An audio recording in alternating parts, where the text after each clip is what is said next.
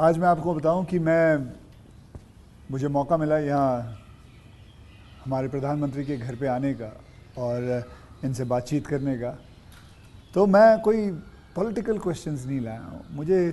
मुझे जानना है कि as a person, as a human being, एक इंसान के नाते हमारे जो प्रधानमंत्री हैं वो कैसे हैं, क्या खाते हैं, क्या बातचीत, मतलब उनकी पूरी दिन में जो सब चीज़ें होती हैं, मतलब पॉलिटिक को छोड़ के उसके बारे में मैं उनसे जानना चाहूँगा। तो सबसे पहले सर आपका बहुत बहुत धन्यवाद करना चाहता हूँ कि आपने मौका दिया है आपसे बात करने का। मुझे अच्छा लगा कि हम 24 घंटे राजनीति की बातों में ही उलझे रहते हैं, तो आपने हल्की फुल्की बातें और अपॉलिटिकल बातें करने के लिए इच्छा जताई है। मैं नहीं जानता हूँ दर्शकों को कितनी रुचि होगी, लेकिन ज़रूर मैं खुल कर के बातें बताना पसंद करूँगा। नहीं, बहुत लोग बहुत कुछ जानना चाहेंगे आपके बारे में, क्योंकि आपके पर्सनल मतलब जो लाइफ होती है, कि जैसे कि मैं आपको बताऊं, मेरा ड्राइवर है, उसकी बेटी, मैं उसको पूछ रहा था कि बेटे तो अगर नरेंद्र मोदी जी को, हमारे प्रधानमंत्री को कोई क्वेश्चन पूछना चाहेगी तो क्या पूछना चाहेगी। तो कमाल का सवाल उसने पूछा कि क्या हमारे प्रधानमंत्री आम खाते हैं।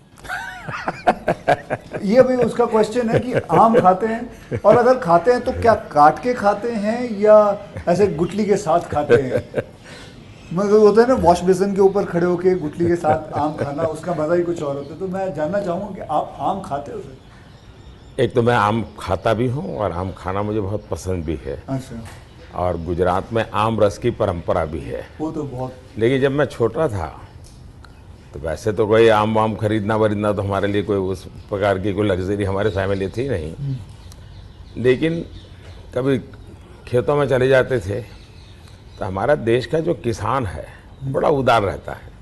कोई खेत में आकर के खाता है तो कभी रोकता नहीं है, चोरी करता है तो रोकता है। तो आम के पेड़ पर जो पके हुए आम थे वो खाना हमें ज़रा ज़्यादा पसंद था।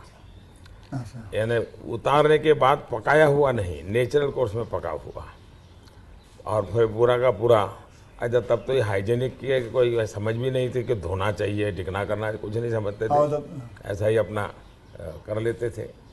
लेकिन बाद में जैसे जैसे बड़े तो कई वैरायटियों के विषय में जानने लगे, आम रस खाने की आदत लगी। लेकिन इन दोनों मुझे कंट्रोल करना पड़ता है। अच्छा, अभी फिलहाल कंट्रोल। अब फिलहाल में मुझे सोचना पड़ता है कि इतना खाऊं या न खाऊं। नरेंद्र जी, मैं आपसे ये पूछना चाहूँगा कि आपने कभी सोचा था कि आप प्रधानमंत्री बनेंगे? कभी आपने सोचा था? और सोचा भी था तो कौन से साल में, कौन सी उम्र में आपने सोचा था कि मैं इस देश को चलाना चाहूँगा? कभी ऐसा विचार नहीं आया। अच्छा। और सामान्य लोगों के मन में बात गले नहीं उतरती है। शायद जो बन जाते हैं सबके जीवन में ऐसा होगा। मैं नहीं मानता हूँ कि यानी कोई एकदम फैमिली ही उसी प्रकार से बैकग्राउंड वाली हो और किसी के मन में इच्छा जगती हो तो बहुत स्वाभाविक है। वरना मेरा जो फैमिली बैकग्राउंड है उसमें तो अगर मुझे कहीं अच्छी सी नौकरी की भी मिल गई होती तो शायद मेरी माँ अड़ोस पड़ोस के लोगों को गुड़ खिला देती कि चलो भाई बेटे को वहाँ नौकरी मिल गई। क्योंकि उससे ज़्यादा हमने तो कुछ सोचा नहीं था, गांव के बाहर कुछ देखा नहीं था। ये तो ऐसे ही यात्रा चल पड़ी और देश मुझे लेता चला गया। तो अपने आप ही बनते चले गए, सब कुछ जिम्मेवारी आती गई। बहुत ही मतलब नेचुरली रहा है इसमें। वैसे मुझे मेरी दृष्टि से, मेरे व्यक्तिगत जीवन की दृष्टि से अननेचुरल लग रहा है। ओके। क्योंकि मेरा बैकग्राउंड, मेरी दुनिया, आज की जो राजनीति का तौर तरीका, उसमें ये सब बैठता ही नहीं है जी। मुझे भी आश्चर्य हो रहा है कि देश मुझे इतना प्यार कैसे करता है और इतना सारा क्यों मुझे देता रहता है। जहाँ तक मैंने पढ़ा है आप सन्यासी बनना चाहते थे, या आप सोल्जर या आर्मी में जाना चाहते थे, ऐसा कुछ भी था? ये आपकी बात सही है, ये आपकी बात सही है। बचपन में मेरा एक स्वभाव था किताबें पढ़ना, लाइब्रेरी चला जाता था, तो बड़े बड़े लोगों के जीवन पढ़ना ये शौक़ रहता था। कभी फौज वाले यूनिफॉर्म में निकलते थे तो मुझे बड़ा देखता था, कभी बच्चे की तरह खड़े होकर के सैल्यूट कर देता था, मन करता था कुछ न कुछ। इतने में 1962 का वॉर हो गया, तो हमारे यहाँ से दूर एक महसाना स्टेशन है मेरे गांव से, तो वहाँ स्टेशन पे सब लोग, जो फौज के लोग ट्रेनों में जाते थे, उनका बड़ा सत्कार करते थे, चाय वगैरह, तो मैं भी चला जाता था। तो जा कर के मैं भी तो मुझे बड़ा मज़ा आता था। तो मन पे हो गया कि हाँ, ये देश के लिए जीने मरने वाला रास्ता है। तो कभी उस दिशा में सोचता था। इतने में एक बार मैंने कहीं पढ़ा कि गुजरात में कोई सैनिक स्कूल है, उसमें आप दाखिल हो सकते हैं। तो हमने हमारे उस समय शायद 1 रुपया 2 रुपये से उसका सारा जानकारी मंगवाते थे। अब हमें तो अंग्रेजी आती नहीं थी, तो हमारे मोहल्ले में एक स्कूल के प्रिंसिपल मिस्टर रास विहारी मणियार करके रहते थे, तो मैं उनके पास चला गया। मुझे कभी बड़े व्यक्ति से मिलने से कभी संकोच नहीं होता था, ऐसे ही फिर चला गया मैं बाहर। ये बात सही है कि भीतर मन में था, तो मैं रामकृष्ण मिशन में चला गया। एक स्वामी आत्मस्थानंद जी हुआ करते थे, अभी उनका करीब 100 ईयर उम्र में अभी स्वर्गवास हुआ। तो मैं सीएम बना तो मेरे घर उनको फिर बुलाया मैंने, प्रधानमंत्री बना तो उनके यहाँ चला जाता था। अभी कलकत्ते में अस्पताल में थे तो 2-3 बार हो आया था मैं। तो वो बड़ा बहुत मुझे प्यार करते थे, समझाते थे ज़िंदगी क्या है, टिकना क्या है। रामकृष्ण मिशन आश्रम में कुछ समय रखते थे मुझे। विवेकानंद जी जिस कमरे में रहते थे उसमें मुझे घंटों तक बैठने के लिए मौका देते थे। तो ये सारे नए नए अनुभव होने लगे। फिर हिमालय की दुनिया में चल पड़ा, बहुत कुछ भटका, बहुत कुछ घुमा, दुनिया देखी, और ये सब 18-20 साल 22 साल की उम्र में ही करता रहा मैं। लेकिन कुछ कन्फ्यूज़न भी था, कुछ इरादे भी थे, कोई गाइडेंस भी नहीं मिल रहा था, लेकिन मन में सवाल खुद पैदा करता था, जवाब खुद ढूंढता रहता था। ऐसे भटकता भटकता भटकता यहाँ पहुँच गया। तो आपकी लाइफ को मैं अभी आपकी बात में सुन रहा हूँ, तो मुझे लगता है अगर आप प्रधानमंत्री नहीं होते तो जिस हिसाब से आप बता रहे हो तो सन्यासी ज़्यादा लगते थे, मतलब सन्यासी बन जाते थे अगर आप। वैसे मैं क्या बनता ये कहना अभी कठिन लग रहा है, क्योंकि जो सोचा नहीं वो बन गया। वो तो हमेशा होता है, मेरे साथ भी। मैं भी आपको अगर एक किस्सा सुनाऊंगा तो मेरे साथ भी ऐसा ही कुछ हुआ है। मैं क्या बनने वाला था, मैं एक मार्शल आर्ट का टीचर बनना चाहता था, कहाँ मैं फिल्मों में आ गया और फिल्मों में आते आते हीरो बन गया। मैं आपसे क्या, हमारे प्रधानमंत्री जी को मैं ये जानना चाहता हूँ, गुस्सा आता है? और मतलब क्योंकि देखिए सबको गुस्सा आता है, आई एम श्योर आपको भी गुस्सा आता है। अगर आता भी है तो उस गुस्से में आप क्या करते हो? वो गुस्सा निकालने के लिए किस पे निकालते हो और कैसे निकालते हो? मेरे लिए ये कभी कोई कहेगा कि मुझे गुस्सा नहीं आता है तो बहुत लोग को सरप्राइज होता है। आपको गुस्सा नहीं आता? मैं बताता हूँ। अच्छा। सरप्राइज होता है। इसलिए ये कहना कि राजी नाराजी गुस्सा ये मनुष्य के स्वभाव के हिस्से हैं। अच्छा। जिंदगी उसके बिना हो नहीं, हर प्रकार की चीज़ें हर के अंदर होती हैं। लेकिन जो मेरा 18-22 साल की ज़िंदगी का जो एक बड़ा तबका था, वहाँ जो मेरी ट्रेनिंग हुई उसमें ऐसी बातें थी जिन लोगों से सीखता था कि आपके जीवन में स्वभाव में ईश्वर ने सब दिया है। अब आपको तय करना है कि जो अच्छी चीज़ है उसको बल देते हुए कैसे बढ़ना। तो फिर ये चीज़ें हैं जो नेगेटिविटी लाती है वो रुकती है। मैं कह सकता हूँ कि मैं इतने लंबे समय तक मुख्यमंत्री रहा, इतने समय तक प्रधानमंत्री रहा, लेकिन चपरासी से लेकर के प्रिंसिपल सेक्रेटरी तक मुझे कभी गुस्सा व्यक्त करने का अवसर नहीं आया, कभी नहीं आया। लेकिन मैं आपको बताऊं, बाहर जो आपकी छवि है वो एक बहुत ही स्ट्रिक्ट एडमिनिस्ट्रेटर के नाम पे है। स्ट्रिक्ट अलग चीज़ है। हाँ। मैं स्ट्रिक्ट हूँ, डिसिप्लिन हूँ, लेकिन मैं किसी को नीचा दिखा करके अपमानित करके काम नहीं करता। मैं उसको प्रेरित करता हूँ। कभी कोई चीज़ है तो मैं खुद हेल्पिंग हैंड के रूप में खड़ा हो जाता हूँ। मान लीजिए कोई ड्राफ्ट लेकर के आया, तो एक तो तरीका होता है भाई क्या ले आए हो, दूसरा होता है वाह ऐसा करें ना, ये अपन करें तो कैसा रहेगा, आपको क्या लगता है ये करे तो कैसा होगा। तो क्या होता है मेरी 10 मिनट पहले ही इन्वेस्ट हो जाती है, लेकिन वो मुझे समझ पाता है। ओके। तो अगली बार जब वो आता है तो मुझे मेरा समय ही नहीं जाता, वो मेरी कल्पना के अनुसार चीज़ लेकर के आ जाता है। तो एक प्रकार से मैं कोई लेके आता है तो उसमें से सीखता भी हूँ और सिखाता भी हूँ, और मैं अपनी टीम बनाता चल जाता हूँ। तो मेरे प्रेशर हैं, स्ट्रेस हैं, वो नीचे नीचे नीचे डिवाइड होते चले जाते हैं। ओके। तो मेरे पास कुछ बचता ही नहीं है। तो मतलब आपको इतना गुस्सा नहीं आता? मैं अंदर तो होता होगा, मैं व्यक्त तो करने से अपने आप को बहुत रोक लेते हो? होता क्या है जी, कभी मान लो एक मीटिंग में आपने गुस्सा कर दिया तो मीटिंग का एजेंडा वगैरह सब छूट जाता है।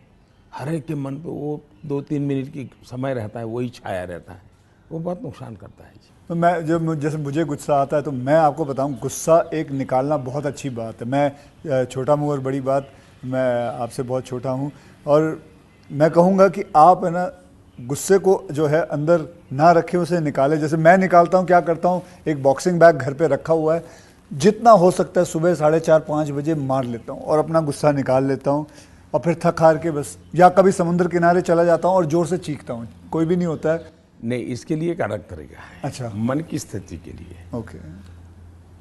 एक तो होता है चेहरे पर, बॉडी पे गुस्सा आना और शब्दों में व्यक्त होना। दूसरा होता है आपके इमोशंस को। मैं अपने अंदर एक चीज़ डेवलप की थी। ऐसी कोई घटना है जो मुझे पसंद नहीं आई है और मेरा मन करता है कि ऐसा क्यों हुआ। कभी होता था मेरे साथ ऐसा क्यों हुआ, कभी होता था मैंने ऐसा क्यों किया, मुझे ऐसा नहीं करना चाहिए था। और कभी ईगो बीच में आता है तो मैं व्यक्त भी नहीं करता हूँ भाई आई एम सॉरी, मेरे से ये गलती हो गई, मनुष्य है। तो मैं क्या करता था, अकेला कागज़ लेकर के बैठता था, उस सारी घटना का वर्णन लिखता था, कैसे हुआ, क्या हुआ और मैंने क्या किया, क्यों किया, खुद ही। और उसमें जस्टिफाई करने की कोशिश नहीं करता था। फिर उसको मैं फाड़ करके फेंक देता था, पढ़ता भी नहीं था दोबारा। फिर भी मेरा मन शांत नहीं होता था, पूरी कथा दोबारा लिखता था, 3 पेज, 4 पेज, 5 पेज, उसमें उस सारे घटनाक्रम को डाल के पूरे पेपर पे रख देते, फिर से एक बार जीवंत कर देता था। हाँ। इससे क्या होता था कि वो चीज़ें, मेरी जो इमोशंस है उस कागज़ के अंदर आकर के फिर वो जल जाती थी। तो मैं एक प्रकार से फिर उस प्रक्रिया के दरमियान जो पहले मुझे सच लगता था कि मैं सच हूँ, 2-3 बार लिखने के बाद मुझे लगता है नहीं ये गलत है, मैं सच नहीं था, मैं ही गलत था। अच्छा। ये मैं आइडेंटिफाई कर लेता हूँ उसमें से। तो मतलब ये आपका तरीका है? हाँ। ये आप लेकिन अब वो नहीं रहा, इतना समय नहीं है। अच्छा। यानी मैंने अपने आप को ट्रेन उस प्रकार से किया था। से इतना बड़ा आपका घर है, जैसे मैं अपने घर पे अपनी माँ के साथ रहता हूँ, आपका मन करता है सर आपकी माँ, आपके भाई, आपके सारे जितने भी रिश्तेदार हैं आपके साथ घर पे रहें?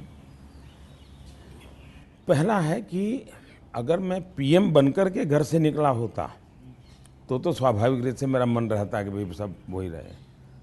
मैं एक ज़िंदगी की बहुत छोटी आयु में सब कुछ छोड़ चुका हूँ, बहुत छोटी आयु में। मन नहीं करता माँ? बहुत छोटी आयु में छोड़ दिया। ओके।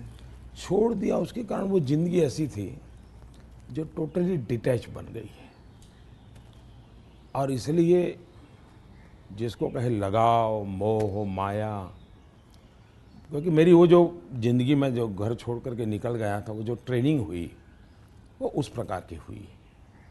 और उसके कारण एक अवस्था के बाद छोड़ना है तो मुश्किल जाता है। उस समय जब छोड़ा तब तकलीफ हुई होगी, लेकिन अब ज़िंदगी वो बन गई। लेकिन फिर भी कभी माँ को बुला लिया था मैंने, कुछ दिन उनके साथ बिताए थे। अच्छा। मैंने, पर फिर भी जैसे मेरी माँ मुझे कहता है भाई तुम मेरे पीछे क्यों समय खराब करते हो, और मैं यहाँ क्या करूँगी तुम्हारे साथ रह के।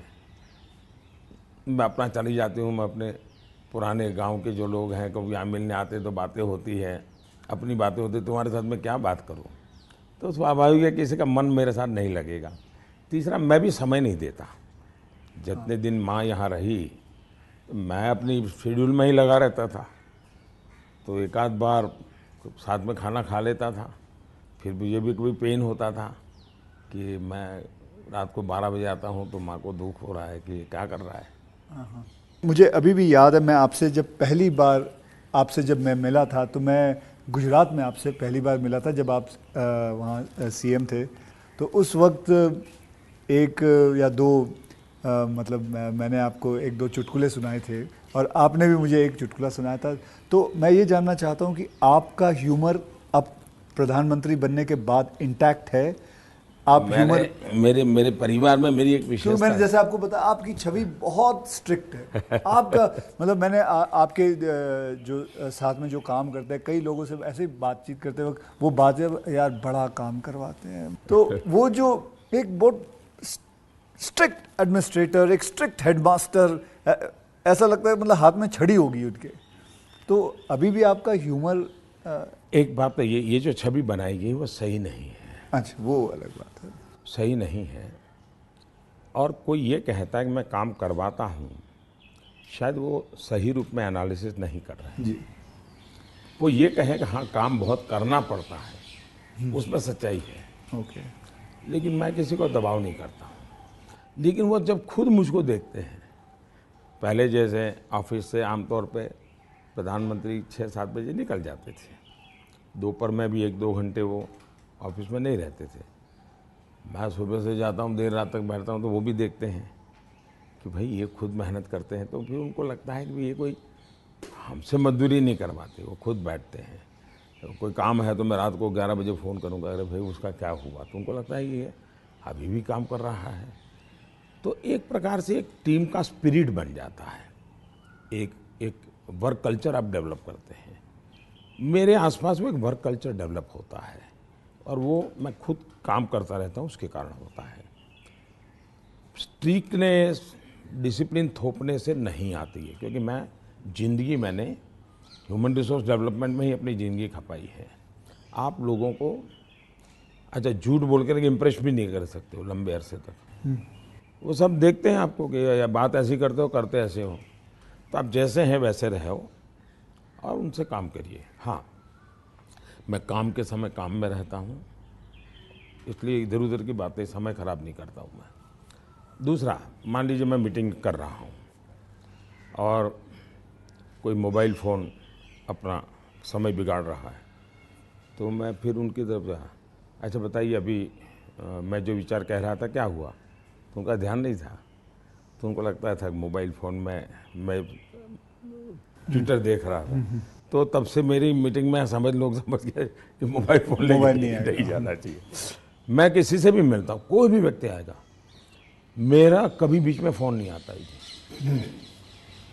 मैं किसी को नहीं कहता। मानता हूँ, मैं भी आपसे 2-3 बार मिला हूँ, आपने मतलब इट इज। तो ये मैंने डिसिप्लिन खुद के जीवन में लाया, तो सामने वाले को लगता है कि यार ये टोटली मेरे लिए डेडिकेटेड टाइम था, इन्होंने कोई उपयोग नहीं किया। इन चीज़ों का एक प्रभाव पैदा होता है। जहाँ तक ह्यूमर का सवाल है, मेरे परिवार में हमेशा एक कल्पना थी, कभी पिताजी राजी नाराज़ी हुए हो, कभी छोटी मोटी हो, तो हमेशा मैं पूरे माहौल को एक आधे मिनट में हल्का कर देता था। ये मेरा एक स्वभाव था। आज भी मुझे वो करने का मज़ा आता है, शब्दों से खेलना वगैरह। पर अब क्या हो गया है जी, हर चीज़ के अलग अर्थ निकाले जाते हैं, आधा अधूरा वाक्य उठा करके उछाल दिया जाता है। तो अब डर लगता है कि कहीं जा कर के, इरादा वो नहीं होता है, हंसी मजाक कहावत सब होना चाहिए, लेकिन अब दुरुपयोग हो जाता है तो डर लगता है। आज ये सोशल मीडिया की वजह से लोग कोई भी शब्द कोई भी उल्टा सीधा करवा सोशल मीडिया के बजाय टीआरपी वाले, परेशानी टीआरपी वाले करते हैं। तो आप जरा अपना ह्यूमर को बचा के रखते हो, लेकिन अपने दोस्तों के साथ आपके जो दोस्त हाँ, वो तो आज भी चलता है जी। मेरी कैबिनेट मीटिंग का ब्रीफिंग होता है, तो मेरे जो जूनियर अफसर हैं, वैसे वो बेचारे संकोच करते हैं, क्योंकि उनके लिए पीएम जो एक ऑरा बना हुआ है दुनिया में, वो तो बड़ा अलग है। मैंने वो ऑरा रखा नहीं है, मैं दोस्ताना करता हूँ, तो मैं उनको चुटकुले सुनाता रहता हूँ कभी कभी। ऑपोजिशन पार्टी में आपके कोई दोस्त हैं? बहुत दोस्त हैं, बहुत अच्छे दोस्त। आप अभी भी उनके साथ कभी चाय पीना? बहुत अच्छे दोस्त हैं, हम लोग साल में 1-2 बार साथ खाना भी खाते हैं। अच्छा। हाँ, अब बेकार वो फॉर्मल होता है, क्योंकि लेकिन हम तो कहते हैं, कैमरा में देखते हैं, हम तो मीडिया के सामने, मीडिया जो दिखाती है हम तो वही देखते हैं, हमको तो पता ही नहीं एक होता ये। बहुत पहले की बात है, जी। तब तो मैं मुख्यमंत्री भी नहीं था, नहीं किसी काम से मैं शायद पार्लियामेंट गया था, और गुलाम नबी आज़ाद और मैं बड़े दोस्ताना अंदाज में गप्पे मार रहे थे। फिर हम बाहर निकलते तो मीडिया वालों ने पूछा, कह रहे यार आप लोग इतने पक्के दोस्त। तो मारते हो, फिर तुम तो बोले आरएसएस वाले हो, ये गुलाम नबी से तुम्हारी दोस्ती कैसे है? हाँ। तो फिर गुलाम नबी ने अच्छा जवाब दिया। हम दोनों खड़े थे, वो कहा देखो भाई, बाहर जो आप लोग सोचते हो ऐसा नहीं है, शायद एक फैमिली के रूप में हम लोग जितने जुड़े हुए हैं सभी दल के लोग, हाँ। वो शायद बाहर कल्पना नहीं कर सकते। आपको हैरानी होगी, और वैसे मैं ये बोलूँगा तो चुनाव में मेरा नुकसान भी हो सकता है लेकिन ये ममता दीदी हाँ। साल में आज भी मुझे एक दो कुर्ते वो खुद सिलेक्ट करने जाती है, और मेरे लिए एक दो कुर्ते भेजती है। अच्छा, हाँ। that is something very big to know about. Sir, अच्छा, वो मिठाई भी, बांग्लादेश के प्रधानमंत्री हैं शेख हसीना जी, तो मेरा दौरा हुआ तो ऐसे ही बंगाली मिठाइयों की चर्चा चली, तो आज भी वो साल में 3-4 बार कोई न कोई बंगाली नई मिठाई होगी तो स्पेशली ढाका से मुझे भेज देती। अच्छा, वहाँ से। हाँ, स्पेशली बड़ा आग्रह करके। तो ममता दीदी को पता चला तो वो भी साल में 1-2 बार मेरे लिए कुछ न कुछ बंगाली मिठाई जरूर भेज देती है। मोदी जी, मैं आपसे एक बात जानना चाहूँगा। मैंने ये सुना है, जब मैं पिछली बारी आई थिंक पिछले साल मैंने ये सुना था कि जब आप गुजरात के सीएम से आप निकल के आप प्राइम मिनिस्टर जब बने थे, तो आपकी जो जमा पूंजी थी आपके बैंक में करीबन 21 लाख रुपए थे, और वो 21 लाख आपने अपने स्टाफ की बच्चियों के नाम पे एफडी या उनको बांट दिए थे। तो आज मैं जानना चाहूँगा, आप नहीं भी जवाब दे सकते हैं, आज आपका बैंक बैलेंस कितना है? एक तो ये आधी अधूरी बात है। अच्छा। आधी अधूरी इसलिए है कि जब मैं गुजरात से सीएम के रूप में निकला, वैसे मेरा कोई बैंक अकाउंट नहीं था। सीएम बनने के बाद एमएलए बना तो मेरा तनख्वाह आना शुरू हो गया। आपकी बैंक अकाउंट नहीं? उसके पहले नहीं था कुछ। अच्छा, हाँ। हाँ, एक बचपन में निकाला था, तो वो भी एक बड़ी लंबी कथा है। मेरी स्कूल में, वहाँ मेरे गांव में एक देना बैंक का ब्रांच खुला, तो स्कूल के अंदर वो देना बैंक के लोग आए थे। उन्होंने सब बच्चों को एक गुल्लड़ देते, कुल्लड़ बोलते, गुल्लक दिया, और बच्चों को कहा भाई इसमें आपको पैसे डालना है और हर महीने बैंक में जमा कराना, आपके नाम से पैसा जमा होगा। तो हमने भी बैंक अकाउंट उसमें खुलवा दिया। अब हमारे गुल्लक में तो कुछ आया ही नहीं। अच्छा। आने वाला कुछ था ही नहीं, तो क्या आएगा? तो हम तो कभी पैसा जमा नहीं कराया। अब गांव छोड़ के चले गए हम, बैंक में हमारा अकाउंट बना रहा, तो उनको हर साल वो कैरी फॉरवर्ड करना पड़ता था, लिखापट्टी करनी पड़ती थी। तो वो मुझे ढूंढते रहते थे कि इसका बैंक अकाउंट बंद करना है, इसको बुलाए कहाँ से। तो शायद 30-32 साल तक वो बना रहा, और उनको कहीं पता चला बाद में कि मैं अब पॉलिटिक्स में हूँ, तो बैंक वाले मेरे पास आए, बोले साहब जरा सिग्नेचर कर दीजिए, आपका एक बचपन का बैंक अकाउंट पड़ा हुआ है, हमको बंद करना है। अच्छा। तो मेरी बैंक अकाउंट से दुनिया ये रही। लेकिन जब मैं सीएम बना, एमएलए बना, तो फिर जो वेतन मिलता है वो आना शुरू हो गया, तब बैंक अकाउंट खुल गया। मैंने तो कभी वो देखा नहीं है, मेरा स्टाफ देखता था। जब मैं निकला वहाँ से, तो मैंने हमारे अफसरों को बुलाया, मैंने कहा भाई ये मेरा तो है नहीं, मैं ले जाके क्या करूँगा, अब मुझे तो कोई उपयोग है नहीं, तो मैं ये दे देना चाहता हूँ। तो उन्होंने कहा कि भाई ऐसा मत कीजिए। मैंने कहा भाई मैं करूँगा क्या इसलिए जाकर के। तो खैर अफसर लोग मेरी इज्जत करते थे, तो ज़्यादा बहस नहीं की, चले गए। शाम को एक सीनियर अफसर को लेकर के आए मिलने के लिए। फिर उन सब ने तीन लोग थे, ये समझाया, बोले देखो मोदी जी ठीक है आपको ज़रूरत नहीं पड़े, लेकिन आपके ऊपर इतने कोर्ट केसेस चल रहे हैं गुजरात में, वकील भी इतने महंगे होंगे हैं, आपको कभी न कभी पैसों की ज़रूरत पड़ेगी। अब पद पर तो कब रहोगे, कितना रहोगे आप, और बाद में बोले कोई नहीं देगा आपको। तो हमारी प्रार्थना है कि तो वैसा मत कीजिए। तो मैंने कहा क्या करूं? बोले ठीक है, आपकी इच्छा है तो कुछ हिस्सा दीजिए। तो उसमें से मैंने फिर 21 लाख रुपया दिया। अच्छा, उसमें से? हाँ, ओके। मेरे अपने जेब से दे दिया। और मैंने कहा कि ये जो हमारा सेक्रेटरीट है उसमें जो ड्राइवर है, हाँ, प्यून है, उनकी खास करके बच्चियाँ, उनको ये शिक्षा दीक्षा के लिए खर्च करना। अभी वो फाउंडेशन शायद बनाया हुआ है गुजरात सरकार ने, और उसमें से वो मदद कर भी रहे हैं। फिर वहाँ मुझे एक सरकार की तरफ से एमएलए को एक प्लॉट मिलता है, ओके। पैसों से मिलता है लेकिन कम खर्चे पैसों में। में, हाँ। वो प्लॉट मिला तो मैंने पार्टी को कहा भाई ये ले लो आप, मैं आपको दे देना चाहता हूँ, मुझे कुछ चाहिए नहीं। तो मेरी वो प्रक्रिया चल रही थी। फिर पता चला कि वो मामला तो कहीं सुप्रीम कोर्ट में लटका पड़ा है, शायद वो ज़मीन किसी को दे नहीं सकते, इस प्रकार का कुछ है। वो मुझे पूरा याद मालूम नहीं, क्योंकि मैं इस चीज़ों में रुचि नहीं लेता। लेकिन जब भी वो क्लियर हो जाएगा तो मैंने वो भी पार्टी को देना तय किया हुआ है।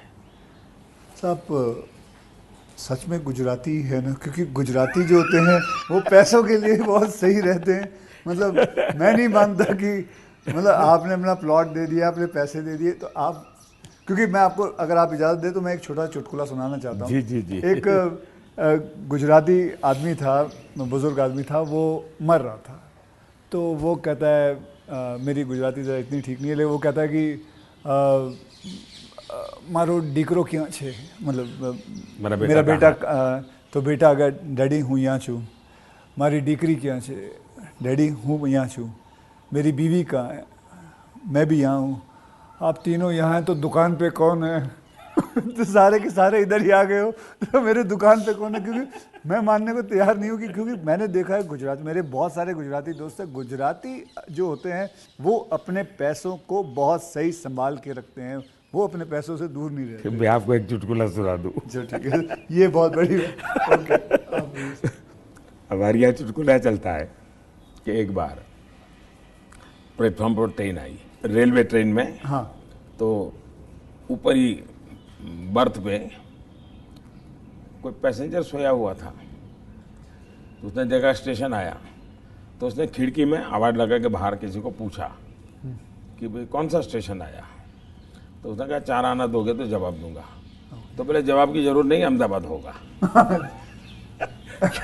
समझ गया मैं, बिल्कुल। तो ये बिल्कुल बात सही एक है। और एक बताता हूँ। ये किसी की आलोचना करने के लिए नहीं है, लेकिन कोई भी अर्थ निकाल सकता है, और ये सत्य घटना में से बना हुआ चुटकुला है। बहुत साल पहले, वैसे मेरी जिंदगी ऐसी थी, ये हाफ स्लीव का कुर्ता और पैजामा, जूते और थैला, यही से मैं रेलवे में भटकता रहता था, और दाढ़ी रहती थी। तो मैं पुणे स्टेशन पे उतरा। अच्छा। और कोई मेरे पास ज़्यादा सामान तो था नहीं, मेरा एक वो झोला था, एक अखबार था हाथ में। तो मैं पैदल चला जा रहा था, मुझे पुणे में आरएसएस दफ्तर में जाना था। तो मैं पैदल ही जा रहा था। तो एक ऑटो रिक्शा वाला धीरे धीरे धीरे धीरे साथ चलता गया। फिर करीब 100-200 मीटर गया होगा, और उसने, मेरा ध्यान गया, मैं कही ऐसे कैसे चला रहा है वो स्लोली मेरी स्पीड से। मैंने कहा भाई आपकी ऑटो रिक्शा खराब है, क्या प्रॉब्लम है आपका? तो उसने कहा साहब आप नहीं बैठोगे? मैंने कहा क्यों, मैं तो पैदल जा रहा हूँ। तो बोले आप समाजवादी हैं? मैं कहा नहीं, मैं तो अहमदाबादी हूँ। हाँ। तो मैंने कहा क्यों समाजवादी क्यों? ये बोले समाजवादी लोग, बोले हमारे पुणे के समाजवादी जो लोग हैं वो स्टेशन में पब्लिक के सामने ऑटो रिक्शा में नहीं बैठते हैं, दूर जाके गुपचुप बैठ जाते हैं। ऐसा क्यों? लोगों को इम्प्रेशन रहे कि वो मेहनत करते हैं, सादगी वाले हैं। ओके, अच्छा। तो बोले मुझे भी लगा शायद आप समाजवादी हैं, तो औरों की तरह आप भी थोड़ी देर के बाद बैठ जाओगे। हाँ। तो बोले इसलिए मैं चल रहा था। तो जब उसने मुझे पूछा आप समाजवादी हो, तो मेरा तुरंत जवाब था मैं अहमदाबादी हूँ। आइए सर, एक थोड़ा चलते चलते बात करें आपसे। सर, आपसे मैं पूछना चाहता हूँ कि अगर आपको कभी एक अलादीन का चिराग मिल जाए और जिन कहे कि आपके 3 विशेस हैं, तो वो आपके 3 विशेस क्या होंगे? देखिए, अलाउद्दीन चिराग मुझे मिल जाए और सचमुच में उसके पास ताकत होगी, जी। तो मैं उसे कहूँगा कि तुम जितने भी ये समाजशास्त्री हैं या जो एजुकेशनलिस्ट हो, उनके दिमाग में भर दो कि भावी पीढ़ी को ये अलाउद्दीन चिराग वाली कथा सुनाना बंद करें कि ऐसा कोई अलाउद्दीन होता है और वो इच्छाएं पूरी करता है।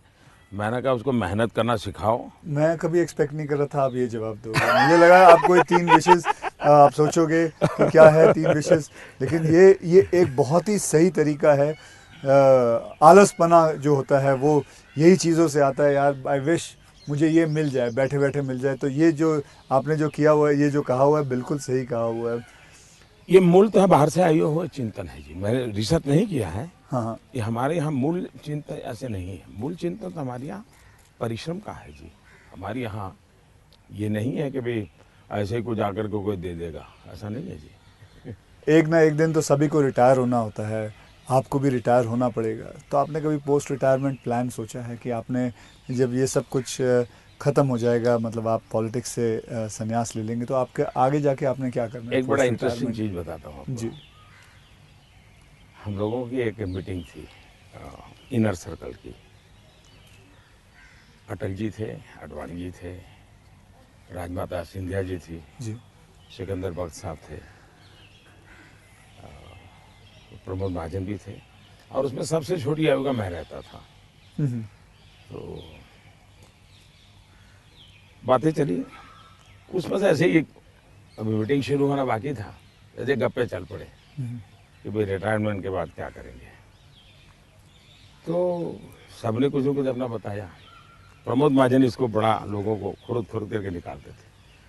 अच्छा, प्रमोद जी की व्यक्तित्व की विशेषता थी, उनका जीवन बड़ा विविधताओं से भरा था। अनेक प्रकार की एक्टिविटी से वो अपने आप को जोड़े रखते थे। मुझे पूछा, मैंने कहा भाई मेरे लिए तो बड़ा कठिन है, क्योंकि मुझे कुछ नहीं आता है। मैंने कभी इस सारी चीज़ों में सोचा ही नहीं। मैंने तो जब जो जिम्मेवारी मिले उसी को जिंदगी माना है। जिम्मेवारी ही मेरी जिंदगी है। अच्छा। और इसलिए मुझे कल्पना ही नहीं होती है कि मेरे इसमें समय बिताने के लिए कुछ करना पड़ेगा, मुझे अपने आप को एंगेज रखने के लिए कुछ करना पड़ेगा। और इसलिए मैं कभी नहीं मेरे मन में विचार आया और न ही मैं सोचता हूँ। और मुझे पक्का लगता है शरीर का कण कण और जीवन का पल पल किसी न किसी मिशन में ही खपाऊंगा। ये आपने सोचा हुआ है? ये शायद सोचना नहीं है जी, मेरे पास इसके सिवाय कुछ मुझे पर कौशल्य ही नहीं है। मैं जिस हिसाब से आप बताते हो कि मुझे लगता है आप ज़िंदगी में, मतलब जब सीएम से यहाँ जब पीएम बने थे, तो मैं ये जानना चाहूँगा कि सबसे वैल्यूबल चीज़ आप क्या लेके आए थे यहाँ इस घर के अंदर सबसे वैल्यूबल चीज़ आपकी क्या रही थी? अगर मैं, वैसे ये पूरी बातचीत आपने पहले ही मुझे कहा कि भाई मैं तो कोई राजनीति की चर्चा करना नहीं चाहता, नहीं। लेकिन कुछ मात्रा में मैं ये कह सकता हूँ कि प्रधानमंत्री बनते समय शायद और प्रधानमंत्रियों को ये बेनिफिट नहीं मिला है जो मुझे मिला है। देश में इतने प्रधानमंत्री हो गए जी। इतने प्रधानमंत्रियों को ये बेनिफिट नहीं मिला है जो मुझे मिला है। वो ये है कि मैं लंबे अरसे तक मुख्यमंत्री रह के आया हूँ और मैं गुजरात का लॉन्गेस्ट सर्विंग चीफ मिनिस्टर था। चीफ मिनिस्टर होने के नाते आपको बारीकियों से जुड़ना पड़ता है, बारीकियों से काम करना पड़ता है। आपको इश्यू आपके सामने सीधे आते हैं, सॉल्यूशन आपको सीधा करना पड़ता है। ये तजुर्बा शायद मेरे पहले के किसी प्रधानमंत्री को नहीं मिला। इतना सद्भाग्य नहीं मिला। देवगौड़ा साहब मुख्यमंत्री रहे थे, लेकिन बहुत अल्पकाल के लिए। मैं बहुत लंबा रहा हूँ। मैं समझता हूँ कि इसने मुझे देश की सेवा करने के लिए बहुत बड़ी संबल दिया, बहुत बड़ी ताकत दी है। ये मैं अपना एक मान सकता हूँ कि वहाँ से मैं लेकर के आया, ये जो देश के काम आ रहा है। आप जैसे मैं जानता हूँ, जैसे मैं आपके एक स्टाफ मेंबर से भी बात कर रहा था, आप 3 या 4 3.5 घंटे ही सोते हैं। मतलब 7 घंटे तो सोना एक अमूमन एक शरीर को चाहिए चाहिए, आप 3.5 घंटे ही सोते हो, ये 4 घंटे ये सोते बात हो। आपकी सही है। मेरे जो जितने मेरे साथी हैं, मेरे जानने वाले लोग हैं, या हमारे जो अब सरकार में आया हूँ तो डॉक्टर भी रहते हैं, उन सबका मेरे से एक ही आग्रह रहता है कि मेरी नींद में बढ़ाऊं। राष्ट्रपति ओबामा जब मुझे मिले तो वो भी सबसे पहले मेरे से इसी के में उलझ गए। बोले मोदी जी क्यों ऐसा करते हैं? बोले मैं, हम दोनों अच्छे दोस्त हैं, जी। तू तारी करके बुलाते हैं एक दूसरे को। तो तू ऐसा क्यों करता है जी? तुझे आज पता नहीं है, ये तेरा नशा है काम का, तुम करते रहोगे, लेकिन तुम अपना नुकसान कर रहे हो। और वो जब भी मिलते हैं कि तुम मेरी बात मानते हो कि नहीं मानते हो, कि नींद बढ़ाई कि नहीं बढ़ाई। अब पता नहीं मेरा एक बॉडी साइकिल ऐसा हो गया है। मतलब आपको नींद आती ही नहीं है 3.5 4 घंटे के बाद? नहीं, नींद जो है मेरी इतने कम समय में पूरी हो जाती है। स्ट्रेस की वजह से तो आप उठ नहीं जाते हो कि अब मुझे काम नहीं करना नहीं है? नहीं नहीं नहीं नहीं, मैं इतना इतना नॉर्मली देखा है आपने कि कोई भी व्यक्ति उठता है तो हाथ पैर इधर उधर करता है, आंखें ऐसे ऐसे करता है। मेरा कुछ नहीं, आंख खुलती है, फ्रिक्शन ऑफ सेकंड मेरा पैर जमीन पे होता है, मैं उठ जाता हूँ उससे। हाँ, उठता मैंने बिस्तर पे उठता वैसा नहीं, बिस्तर से भी बाहर होता बाहर हूँ आ मैं। जाता है। अब ये हो सकता है वो मेरी जो 18-22 साल के कालखंड में जिस जिंदगी को मैं जी रहा था, जी। उसमें से शायद ये डेवलप हुआ है। अब वो मेरे शरीर का वो हिस्सा बन गया है। तो अच्छा। लेकिन मैं, जैसा आपने कहा रिटायर्ड होने के बाद क्या करोगे, तो पहला काम मैं नींद कैसे बढ़ाऊं, हाँ। इस पर सोचूंगा। कहाँ बैठोगे आप? आ जाओ। आज आपके सारे कागज पड़े हैं अच्छा, शायद। कोई बात नहीं, आ जाओ। तो आपको कभी, मैं ये जानना चाहूँगा, वैसे कई लोग जानना चाहेंगे कि नरेंद्र मोदी जी को जब जुकाम लगता है तो वो क्या लेते हैं? आप हैरान होंगे, मैं बहुत ही, फिर वही कहूँगा, मैं ऐसी कठिन जिंदगी जी करके आया हूँ। तो डॉक्टर क्या होता है, ये महंगी दवाइयाँ क्या होती हैं, सोफिस्टिकेटेड क्या होता है, वो सब आप आयुर्वेदिक पे बहुत विश्वास करते मैं हैं? बताता हूँ। आयुर्वेद के बजाय कैसी जिंदगी है। अब आप जब पहाड़ चढ़ते हैं तो पैर तो दर्द करते ही हैं, कितनी आदि हो, लेकिन ऊंचाइयों पर जाते हो तो अब जो अकेला इंसान है वो क्या करेगा? मालिश वालिश वाले को तो कुछ नहीं कर रहा, ऐसे बोला वैसे किसी तो को होते नहीं है, क्या करेगा? फिजियोथेरेपी नहीं करा सकता, हाँ। मसाज नहीं करवा सकता? अब मैं क्या करता था जी, मेरे कंधे पे हमेशा एक ये जो असम का गमछा होता है ना, हाँ। ये गमछा मेरे पास रहता था ऐसा। तो मैं जैसे उसको ऐसे पैर पे बांध देता था पूरा, और बीच में एक छोटी लकड़ी तोड़ करके पैर से लगा देता था। फिर इसको मैं कर्व करता था अच्छा। तो प्रेशर आता था। ऐसा पूरे बॉडी को मैं अपना मसाज खुद ऐसा तरीका रखता था मैं। तो ऐसी चीज़ें मैं इवॉल्व करता था अपने लिए। मैं बहुत साल पहले कैलाश यात्रा पे गया था पैदल। टोटल यात्रा करीब 1000 किलोमीटर का था, पैदल गया। कुछ और भी लोग थे, बड़े धनी लोग भी वहाँ कभी कभी यात्रा में आते थे। अब बहुत बड़े बड़े महंगे वो चमड़ी बचाने के लिए सब लेकर के आए हुए थे।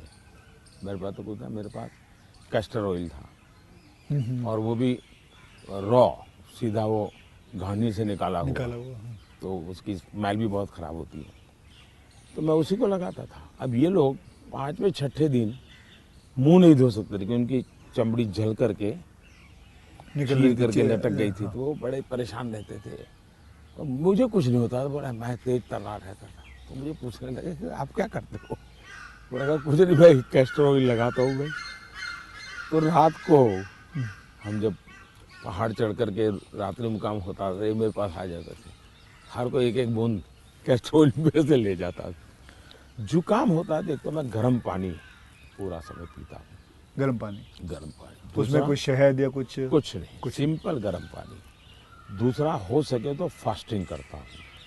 अच्छा। फास्टिंग यानी एकदम से सिवाय पानी कुछ नहीं, एक दो दिन 24 घंटे 48 घंटे, ज़्यादा नहीं करना पड़ता। तीसरा, ये सरसों का तेल होता है, उसको थोड़ा गर्म करके रात को 2-3 बूंद डाल देता हूँ। जलन बहुत होती है, लेकिन ये मेरा 1-2 दिन में क्लियर कर देता है। तो ऐसे ही जीने की आदत है। मैं कुछ चीज़ें करता हूँ, वो मैं पूछना चाहूँगा आपसे। मैंने चीज़ फॉलो की है, जिसको कहते हैं कि 7-12-5 × 40, यानी 7 बजे मैं ब्रेकफास्ट कर लेता हूँ, 12 बजे मैं अपना लंच खा लेता हूँ और 5 बजे डिनर खा लेता हूँ। और × 40 यानी कि जब भी एक गस्सा खाता हूँ उसे 40 बार चबाना है।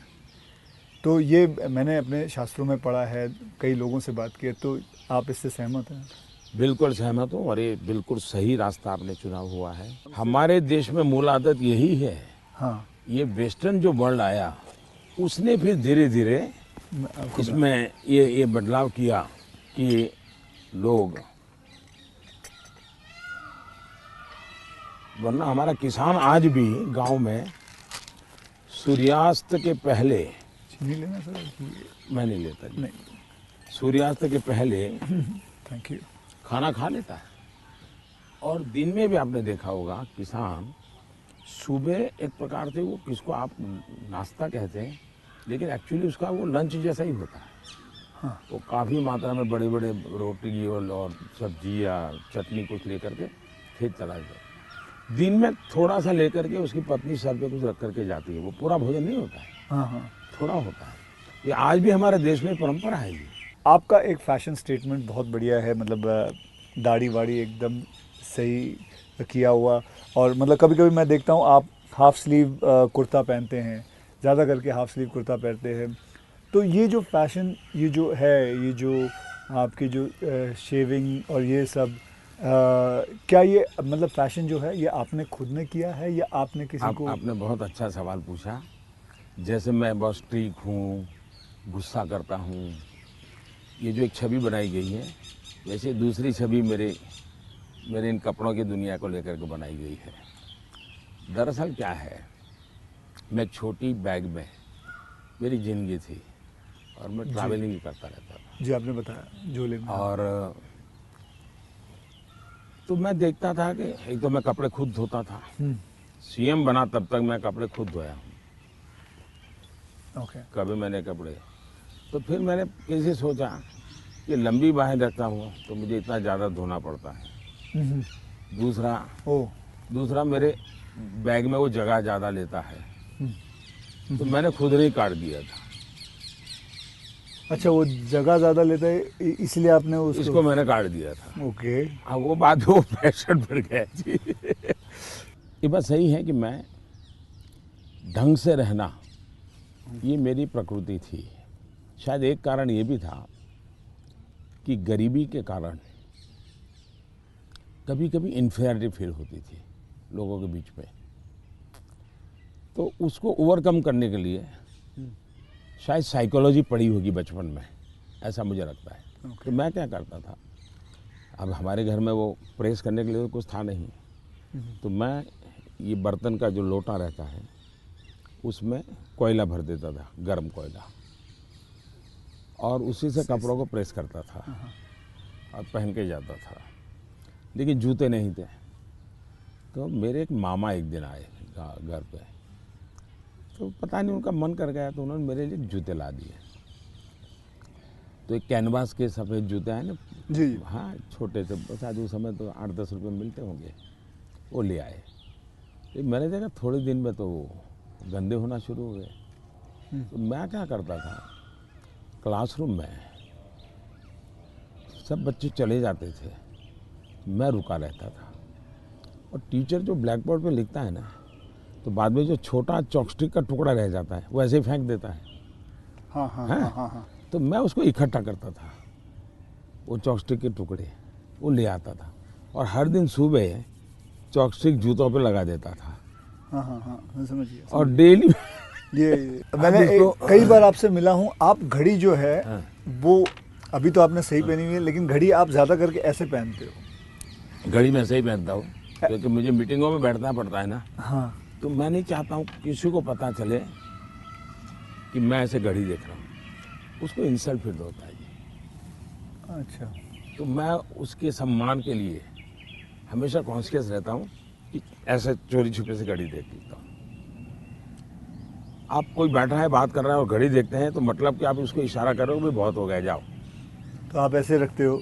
हाँ, तो ये मेरे मन में ऐसा है कि ये किसी का एक प्रकार के हिडन वे में, मतलब बहुत माइन्यूटली आप लेकिन आप मानते हो, मैंने आपको ऑब्जर्व किया कि आप घड़ी उल्टी पहनते हो। मैं देखा था कई बार देखा आपने कि आप घड़ी उल्टी पहन के। सही देखा।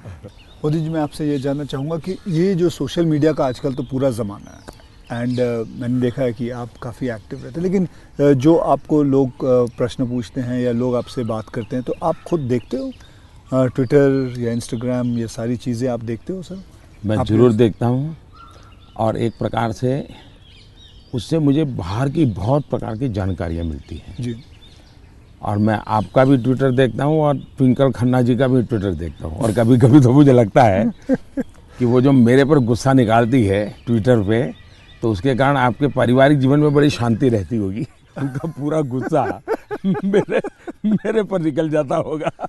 हाँ। इसलिए आपको बड़ा आराम रहता, सुकून मिलता होगा। तो मैं आपके लिए इस प्रकार से काम आया हूँ, खास करके ट्विंकल जी के लिए। और शायद ट्विंकल जी को पता नहीं होगा, उनके नाना जी चिनू भाई, उनसे मैं मिला था।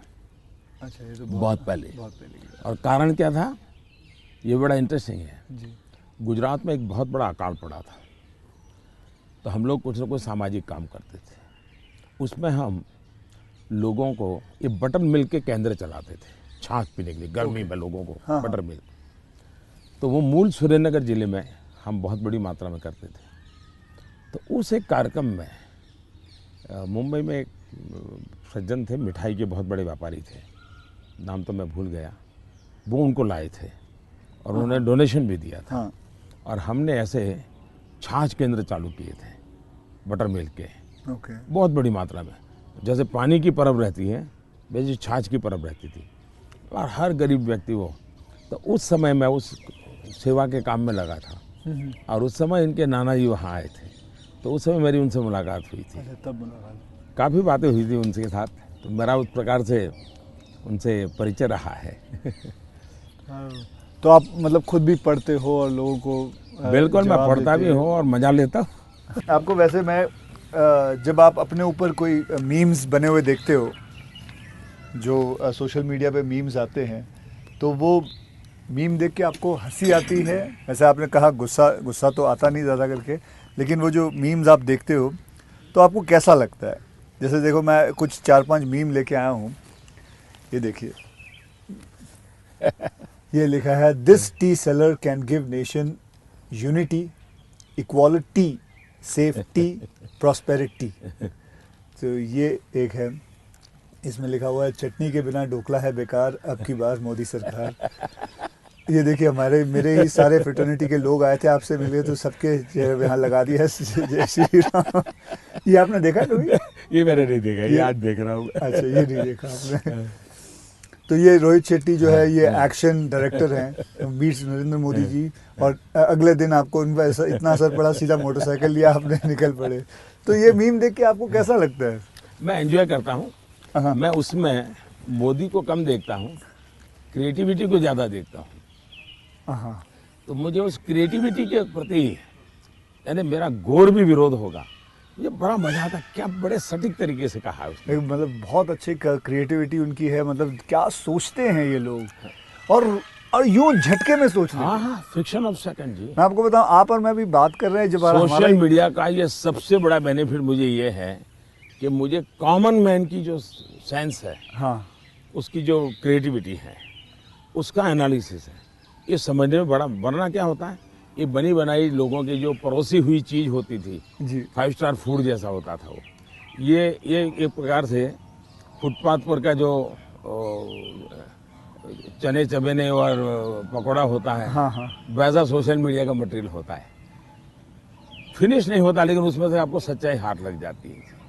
मैं तो ये वेट कर रहा हूँ जब ये आएगा तो इसके ऊपर भी बड़े मीम्स बनेंगे, हाँ, इसके ऊपर भी बड़े मीम्स बनेंगे। तो आप तो खैर तैयार है, मैं मुझे मेरे लिए पहली बार होगा ये, मतलब। कुछ लोग होते हैं इंटेंशन से आपको चुभे इसलिए करते हैं, जी जानबूझ करके। उस समय आपने अपने आप को संतुलित रखने से उसके सारे इरादे फेल हो जाते हैं हाँ हाँ और वो उसकी नींद हराम कर देते हैं। अगर आप उसको रिएक्ट करते हैं, रिस्पॉन्ड करते हैं, तो उसको मजा आ जाता है। लेकिन देखा, छोड़ दिया, तो उसकी नींद खराब है। मैंने इतनी मेहनत की, इतना मोदी जी के बाल नोचने वाली चीज की, मोदी को कोई हो ही नहीं रहा है, तो वो परेशान हो जाता। हाँ, फिर वो अपना बंद भी कर देता थोड़ी देर बाद। ये भी बात सही है। बस सर, आपसे बात करके मुझे बहुत बहुत मज़ा आता है। आपसे मैं 2-3 बार पहले भी मिल चुका हूँ और आज मुझे मौका मिला है आपसे वार्तालाप करने का, आपसे बातचीत करने का, तो बहुत अच्छा लगता है।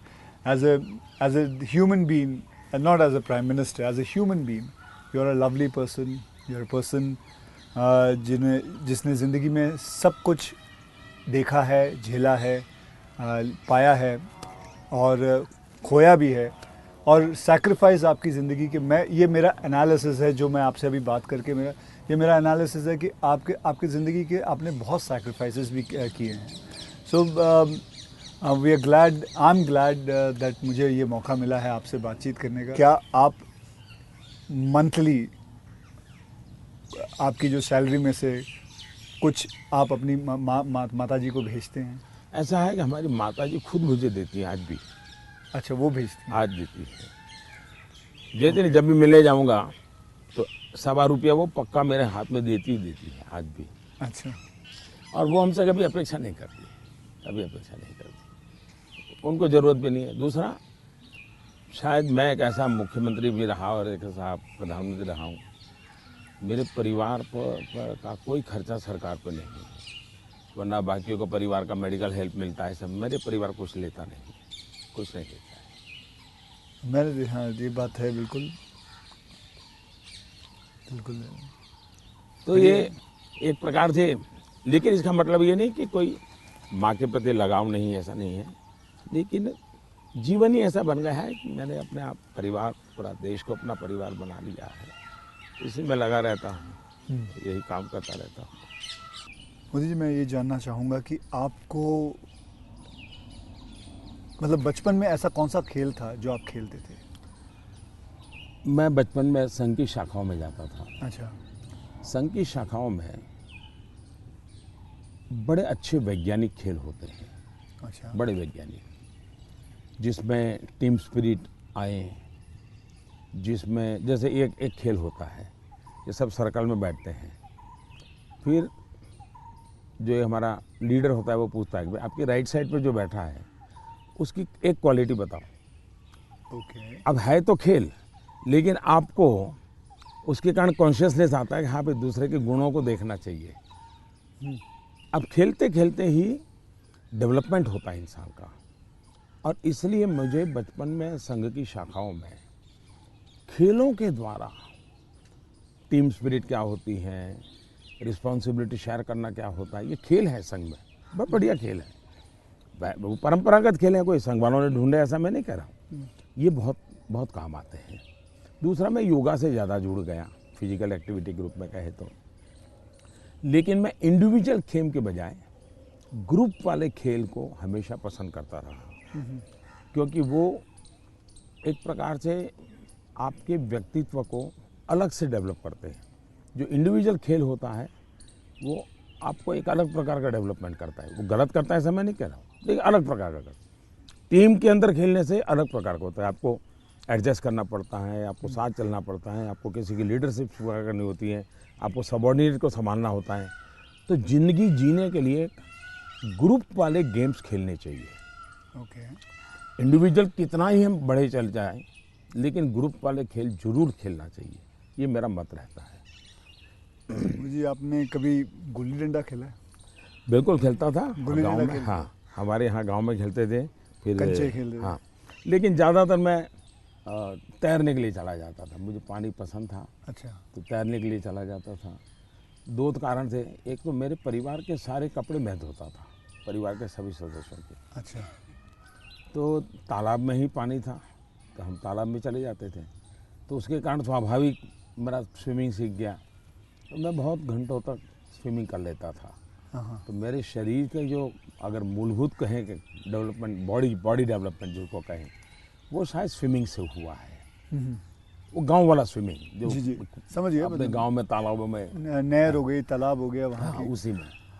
मुझे अभी याद है आपका, मैंने एक यूनाइटेड नेशन में एक पहली जो स्पीच देखी थी आपकी, आई थिंक 2014 में दी थी। मैं प्रधानमंत्री बना और सितंबर में गया था, सितंबर में गए थे। तो आपने जब आपने इतने सारे स्पीचेस दिए हैं हिंदुस्तान में, तो वो आपका पहला स्पीच था जो वर्ल्ड वाइड पूरी दुनिया, तो वर यू नर्वस? क्या मेरे प्रधानमंत्री नरेंद्र मोदी जी नर्वस थे उस दिन? मेरा प्रॉब्लम ओवर कॉन्फिडेंस का है। अच्छा, उल्टा था? उल्टा था। और हुआ क्या कि मैंने मन में सोचा था कि ये मेरा फ्रेमवर्क रहेगा बोलने का। जब जहाज़ में यहाँ से जा रहा था, हमारे अफसरों ने मुझे ब्रीफिंग भी किया था। जब मैं अमेरिका पहुँचा तो हमारी फॉरेन मिनिस्टर सुषमा जी, उनकी मीटिंगें ज़्यादा होती थी, तो उनको पहले जाना पड़ता है, तो पहले गई हुई थी। तो पहुंचने के बाद ही मेरा कोई दूसरे दिन कार्यक्रम था, तो मेरा नेचर है, मैं होटल से उतरता हूं तो पहले मीटिंग ही कर लेता हूं। तो ब्रीफिंग के लिए सब बैठे थे, तो सुषमा जी ने पूछा कि साहब आपका भाषण वगैरह, मैंने कहा कर लेंगे, क्या है। तो वो अड़ गई। उन्होंने बड़ा आग्रह नहीं कि बोले साहब ऐसा नहीं चल सकता। अच्छा, अफसर लोग बोल नहीं पाते थे मुझसे, किसी ने मुझे कहा भी नहीं था। बोले यहाँ एक्सटेम्पो भाषण नहीं करना चाहिए, बोले लिखित स्पीच होना चाहिए। मैंने कहा मैं तो न किसी को लिखने के लिए कहा है, न मैंने लिखा है, मैं तो हर जगह वैसे ही करता हूँ। खैर काफ़ी दिन हमारी आधा घंटा तक बहस होती रही, लेकिन उन्होंने बिल्कुल पकड़ कर रखा, नहीं साहब इसमें आपकी नहीं चलेगी, आपको मानना पड़ेगा। तो मैंने कहा क्या करेंगे ये? तो मैंने कहा मैं अपना बता देता हूँ मुझे क्या बोलना है। तो मैंने वहीं पर उस समय मैंने कहा इसके आधार पर आप बना दीजिए। फिर वो स्पीच तैयार हुई। अब मुझे स्पीच प्रॉब्लम नहीं था, पढ़ना ही प्रॉब्लम था। मतलब पढ़ना यानी पढ़ कर के बोलना, वो मैंने कभी आपको देखा मुझे नहीं है। बहुत दिक्कत होती है जी, बहुत दिक्कत होती है। मेरा थॉट प्रोसेस इतना तेज चलता है। तो मेरा वो पहला भाषण जो है, हाँ, वो पढ़ कर के मैं किया हुआ हूँ, यानी एक्चुअली पढ़ रहा हूँ मैं। आपने देखा होगा मेरे हाथ में हाँ। कागज है। तो ये अच्छा, सबसे पहले मुझे नेपाल प्रधानमंत्री बनने के बाद तो वहाँ भी मैं एक्सटेम्पो बोल दिया था, और वो भाषण आज भी मशहूर है जी। आज भी मशहूर है भाषण। नेपाल में पहला भाषण था। तो एक्सटेम्पो वाला भाषण आपका हमेशा, मैंने कभी वैसे देखा नहीं तो आपको। मेरे लिए फिर वो ये इस प्रकार की जो मीटिंगें होती हैं उसमें ये बहुत आवश्यक हो गया। बाद में मुझे भी ध्यान में आया कि भाई ये देश का मसला होता है, कोई इधर उधर शब्द न चला जाए। तो फिर खैर मुझे उस डिसिप्लिन को फॉलो करना चाहिए। लेकिन मेरे पहले भाषण का मेरा अनुभव ये है। ठीक है, ये अच्छा। फिल्में देखते हैं? अभी नहीं देख पाता हूँ। लास्ट फिल्म कौन सी देखी? लेकिन मेरे गांव में एक थिएटर था जी। और मेरा एक दोस्त था दशरथ करके, उसके पिताजी थिएटर के बाद सिंह चना बेचते थे। अच्छा। और हम गांव वाले उनको लक्ष्मण भाई थिएटर वाला बोलते थे। वो बेचते थे तो चना से, तो उनसे हमारा परिचय था। तो हम वहाँ जाके बैठते थे, और अगर थिएटर में दर्शक कम है और जगह बची है तो फिर वो थिएटर के बाहर ही बैठते थे। तो मालिक को कह देते कि ज़रा इन बच्चों को बिठा दो ना। तो फिर वो मुफ्त में हमको थिएटर में जाने का मौका मिल जाता था। वो लक्ष्मण भाई जो सिंह चना बेचते थे उनके कारण। तो मैं और हमारा वो दोस्त है दशरथ, तो हम दोनों जाके बैठ के मूवी देखते थे। तो बचपन में मूवी देखने का यही एक हमारा तरीका था। बाद में तो ज़िंदगी ऐसी बन गई तो कोई मौका नहीं मिलता। लेकिन शायद एक अमिताभ बच्चन जी आए थे जब मैं सीएम था। अच्छा। तो उनका बड़ा आग्रह था एक पा फिल्म शायद। जी बिल्कुल। तो देखने के लिए उनके साथ में चला गया था। एक बार अनुपम जी खेर आए थे, उन्होंने टेररिज्म तब को भी आप लेकर के एक CM फिल्म भी थे। बनाई थी, सीएम था मैं, टेररिज्म को लेकर के एक फिल्म बनाई थी, वेडनेसडे शायद, हाँ वेडनेसडे। हाँ, तो वो मैं उनके साथ देखने चला गया था। तो ऐसा कुछ हुआ है, लेकिन वो भी ज़्यादा लेकिन नहीं। अब PM बन के बिल्कुल नहीं, अब तो आपके वक्त भी नहीं मिलता बिल्कुल होगा। नहीं कर पाया। अब आपने बिल्कुल ज़रा नहीं सा भी कर नहीं। पाया।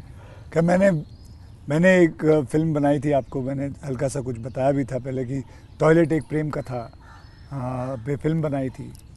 और मैं खुद देख नहीं पाया, लेकिन मैंने लोगों को बहुत कहा हाँ वो कि देखो भाई, सामाजिक जीवन पर कैसे फिल्में चल सकती है और बन सकती हैं। हाँ वो कमर्शियल हिसाब हाँ, से मैंने पूरे हाँ, बनाए थे, हाँ, बल्कि गाने वाने वगैरह हाँ, ये हाँ, माँ हाँ, पिता सब कुछ उसमें रखा हुआ था और नहीं, असली कथा पे मैसेजिंग, था। सोशल मैसेजिंग था, वो अच्छा था। हाँ, हाँ तो लेकिन खैर वो तो मैंने रियल लाइफ में किया था, लेकिन आपने रियल लाइफ में करीबन 9 करोड़ से भी ज़्यादा टॉयलेट्स बनाए हैं।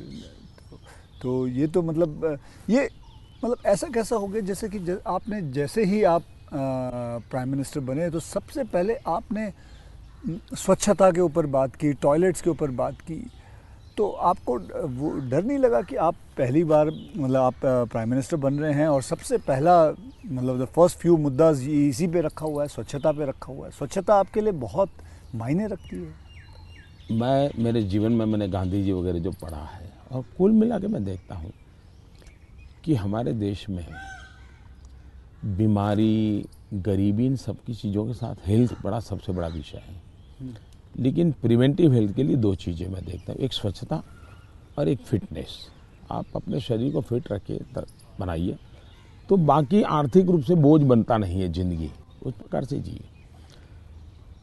पर्सनल हाइजीन में तो हमारे यहाँ शास्त्रों के कारण, संस्कारों के कारण, घर में आओ तो पैर धो करके आओ, हाथ धो, मंदिर में जाते हो तो नहा करके जाओ, सब बहुत सिखाया जाता है। सोशल हाइजीन के प्रति हम उदासीन रहे हैं। और भारत जैसा देश दुनिया में, अगर इतना बड़ा दुनिया को देने के लिए टूरिज्म डेवलप नहीं हो रहा है, एक कारण है गंदगी जी। वैसे भी किसी भी समाज के लिए शोभा नहीं देता है। तो मेरे मन में एक बड़ी चीड़ है, और मैंने सोचा इसको एक जन आंदोलन बना देना चाहिए। और देश को गर्व होना चाहिए, हम लोगों को गर्व होना चाहिए कि हमारे देशवासियों ने इस कार्यक्रम को अपना बना लिया। और ये 9 करोड़ टॉयलेट बन जाना, 2014 के पहले 38% रूरल सैनिटेशन था, 98% हो जी जी गया। मतलब देश तैयार था। और मुझे खुशी है कि देश ने किया है, मैं तो कौन होता हूँ करने वाला जी, देश ने चीज़ को उठा ली। आप एज अ प्राइम मिनिस्टर आप कभी चिल एकदम आराम करते हैं, मतलब कुछ आराम से बैठ के यूं बैठे हैं गार्डन में सोच रहे हैं, बस ऐसे ही कुछ नहीं, चिल आउट के लिए क्या करते हैं? मेरी एक आदत है, मुझे अब कर नहीं पाता हूँ, लेकिन मेरा बड़ा स्वभाव रहा है। एक तो मुझे सुबह 5 बजे चाय पीने की आदत है, बिना शक्कर। चीनी में लेता मैंने नहीं, देखा हाँ, चीनी लेता नहीं हूँ। अच्छा, नहीं लेते। मुझे कोई प्रॉब्लम नहीं है, लेकिन आदत नहीं लेता हूँ। दूसरा, मुझे शाम को 6 बजे, दिन में किसी के साथ कटसी के लिए बैठ गया, थोड़ा ले लिया 2 घूंट, तो अलग बात है, चाय की आदत नहीं है। लेकिन शाम को 6 बजे मुझे चाय की आदत है, ऐसा लगता है मेरी बॉडी रिक्वायर कर रही है। लेकिन वो मुझे तब मज़ा आता है, मैं छत के नीचे नहीं हूँ, सीधा आसमान से मेरा संपर्क होना चाहिए, खुले में बैठा हूँ, अकेला बैठा हूँ, और वहाँ आराम से चाय पीता हूँ। ये मुझे बहुत पसंद आता है। और वो जगह कौन सी है यहाँ? यहाँ भी मैं कर लेता हूँ, और मेरे ऑफिस के उसमें भी कर लेता हूँ। अच्छा। लेकिन जो साउथ ब्लॉक का ऑफिस है वहाँ संभव नहीं है, ओके। वहाँ तो एकदम से वो बंद कमरा है। लेकिन ये मेरी पसंद की जगह काम है। दूसरा, एक चीज़ मैंने बहुत की थी, और जो जैसा आपने कहा रिटायरमेंट के बाद क्या करोगे, तो उस काम को ज़्यादा करूँगा। पहले मैं रेगुलर करता था, मैं कभी दिवाली नहीं मनाता था जी। अच्छा। नहीं, मैं दिवाली में 4-5 दिन कहीं चला जाता था, और 5 दिन के लिए मेरी जो रिक्वायरमेंट रहती थी, पानी वगैरह, वो साथ ले लेता था, और वो भी मैं उठा के ले जाएगा उतना ही। और मैं पहले रिसर्च करके रखता था, कहीं जंगलों में कोई जहाँ इंसान न हो, लेकिन पीने के लिए शुद्ध पानी अवेलेबल हो, ऐसी जगह ढूंढता था, और वहाँ जाके मैं रहता था। कभी पेड़ के नीचे, क्या कोई खंडहर कोई मिल गया तो उसमें पड़ा रहता था। अच्छा उस समय मैंने तो टीवी वगैरह तो थे ही नहीं, रेडियो भी मैं साथ नहीं रखता था, ना अखबार ना कुछ नहीं, कागज पेन भी नहीं, किताब भी नहीं,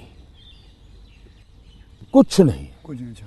और 5 दिन मैं ऐसे ही अकेला रहता था, प्रकृति को देखना। एक प्रकार से मेरा वो कार्यक्रम का नाम था, मैं मुझसे मिलने जाता हूँ। ओके। मैं मुझसे मिलने जाता हूँ, ऐसा ही मेरा, वो मेरी ज़िंदगी में बहुत बड़ी ताकत देने वाली चीज़ है। तो अभी कई वर्षों तक अब नहीं कर पाता हूँ, अब तो क्या SPG वगैरह ऐसा कवर हो गया है, ज़िंदगी अलग हो जाती है, लेकिन बहुत सालों तक मैंने नहीं किया है। और मैं उससे बहुत ताकत पाता था, और जो विचार आए आने देता था, किसी विचार को टिकना है तो टिकना, कुछ लिखता भी नहीं था, ऐसे ही रहता था। तो यही मेरा एक तरीका रहता था। आपका और मेरे में कॉमन यही है कि आप चाय बेचते थे और मैं जी वेटर था। दोनों के आप और मेरे में ये भी है कि हम दोनों के कोई गॉडफादर नहीं थे, हम अपनी ज़िंदगी अपने टर्म्स और कंडीशंस पे बनाई है बस। तो ये रहा है बस। जब मैं चाय बेचता था बहुत कुछ सीखने को मिला मुझे, बहुत लोगों से मिलने का मौका मिलता था, हर एक के स्वभाव को समझता था। बिना कारण जो चाय पीने वाला है गुस्सा करता था, डांट देता था, तो इन चीज़ों को सीखने में बहुत काम आया। लेकिन एक चीज़ मैंने बहुत मज़ेदार है मेरी ज़िंदगी की, मैं जब लोगों से हिंदी में बात करता हूँ तो बहुत सरप्राइज करते मुझे। हमारे सिकंदर बख्त साहब थे, बीजेपी के लीडर जी। वो मुझे हमेशा कह रहे यार मोदी तू इतनी बढ़िया हिंदी कैसे बोल लेता है, तू तो बोले गुज्जू है, ये तेरा मुरारजी, वो दोस्त था ना, है तो बहुत बढ़िया आयु के थे, बोले तेरा मुरारजी इतने साल तक यहाँ रहा लेकिन उसको हिंदी बोलना नहीं आता है, ऐसा मुझे। तो उसका कारण ये था कि मैं चाय बेचता था तो मेरे गांव में ये जो ट्रेनें तो बहुत कम आती थी, लेकिन ये जो मालगाड़ी होती है जो माल ढोती है वो ज़्यादा आती थी। और मुंबई में जो भैंसों का तबेले रहते हैं उसके जो दूध बेचने वाले लोग हैं वो क्या करते हैं, दूध जब भैंस देती है तब तक मुंबई में रखते हैं, बाद में वो गांव में आके छोड़ देते हैं। वो भैंसों को लाना ले जाना एक बड़ा कारोबार चलता था। तो वो आते थे और वो बेचारे घास वास उसी में भरते थे, उसी में रहते थे और भैंसों को ले जाते थे। एक व्यक्ति आएगा तो 3-4 दिन रहना पड़ता था। हम उनको चाय चाहिए, हम चाय देते थे। उनसे बातें करते करते मैं हिंदी सीख गया। अच्छा, फिर वो क्या करते थे, अपना म्यूजिक की कुछ चीज़ें ले आते थे, तो शाम को वो चौपाइयाँ वोपाइयाँ अपना भजन कीर्तन करते रहते, तो मैं कभी जाके बैठ जाता था। तो मुझे उसके कारण नॉर्थ के कल्चर से परिचय आया। तो एक प्रकार से चाय ने मुझे ये लैंग्वेज सिखा दी। तो आप ये जो सॉन्ग की बात आई, आप कभी कोई हिंदी गाना गुनगुनाते हो अकेले में? गुनगुनाना तो नहीं होता है, लेकिन मैं जब चाहता तो मेरे मन पे जो कुछ गीत है, ज्योति कलश छल के, या ये पवन वेग से उड़ने वाले घोड़े, ऐसे जो गीत थे बहुत पुराने, तो बहुत अच्छे लगते थे। आज के कोई गाने नहीं गुनगुनाते? आज तो पता ही नहीं मुझे, आज तो पता ही नहीं मुझे आपसे बात करके चलिए देश के लोगों के लिए काम आएगा कुछ बातें नई ये बहुत सारी चीज़ें काम में आएंगी, इसमें बहुत सारी चीज़ें। लेकिन मुझे अच्छा ये लगा कि ये चुनावी आपाधापी तू मैं के बीच ये भी एक कुछ पल होता है। तो जो आप पूछते हैं ना कैसे रिलैक्स होते हो, ये भी तरीका है रिलैक्स होने का। बहुत रिलीफ रहेगा।